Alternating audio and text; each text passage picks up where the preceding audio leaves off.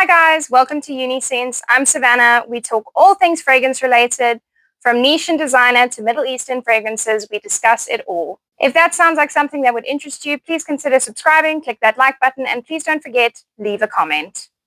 Let's jump in. So today we're talking about another newbie to my collection, Paris Corner AZM. I think that's how you say it, I'm not sure, but this is the bottle. It is a beautiful bottle in my opinion. So let's go through the notes. So in the top notes, we have peach, pear, mandarin, and rum. In the mid, we have tuberose and jasmine. And in the base, we have vanilla, musk, sandalwood, and vetiver. So this fragrance is supposedly a dupe for 100 Silent Ways by Nishane. I have smelt the two side by side, and this is a very, very good dupe.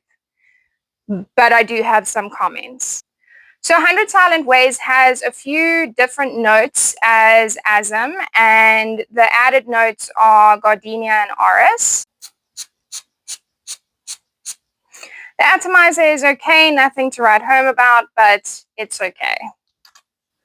In the opening, the peach, pear, and rum are very prominent, and then the jasmine comes through quite strong as well. It's definitely a sweet and fruity opening. But this one dries into more of a white floral kind of scent, especially the jasmine. It gets a little creamy in the dry down as well, and there's musky undertones.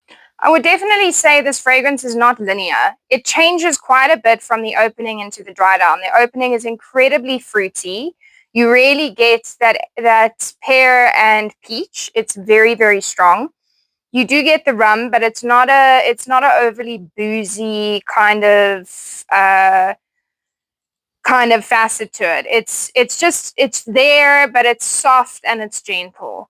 The fruits are definitely packing a punch, and then the jasmine comes in right underneath it and kind of starts taking over the fragrance.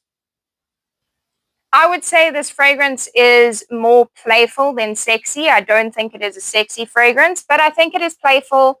I can imagine someone that is wearing colorful clothing, so I kind of do agree with the bottle colors. I think it's quite colorful and playful. So I do agree with the bottle style as well. For me, this is a year-round scent, but it's more suited for summer and spring. It's quite a likable scent. I can't imagine many people not liking it. I don't think it's blind buy safe though, because it has such a change from the opening into the dry down. I think you have to test it, because you may enjoy the opening and not enjoy the dry down, or vice versa. So I think you do need to test it before you buy it. I don't think it is blind buy safe. I think it's office friendly, and I think you could use it for any setting. I think it's good for the gym, to run errands, casual dates. I think it's signature scent worthy for sure. It's quite an easy fragrance to wear once you're wearing it, once you know that you enjoy it. But I definitely would test it before you buy it. I would say this fragrance is unisex for sure, but it is leaning slightly feminine to my nose. I would definitely recommend this fragrance. I think it's a really nice fragrance to have. And it is a really good dupe of 100 Silent Ways. So if you're not keen on the price point, it is a good dupe. The only downfall that I would say in this fragrance is its performance. It lacks performance. I don't know if it's because it's also new. It's new to my collection, so it does need time to maturate.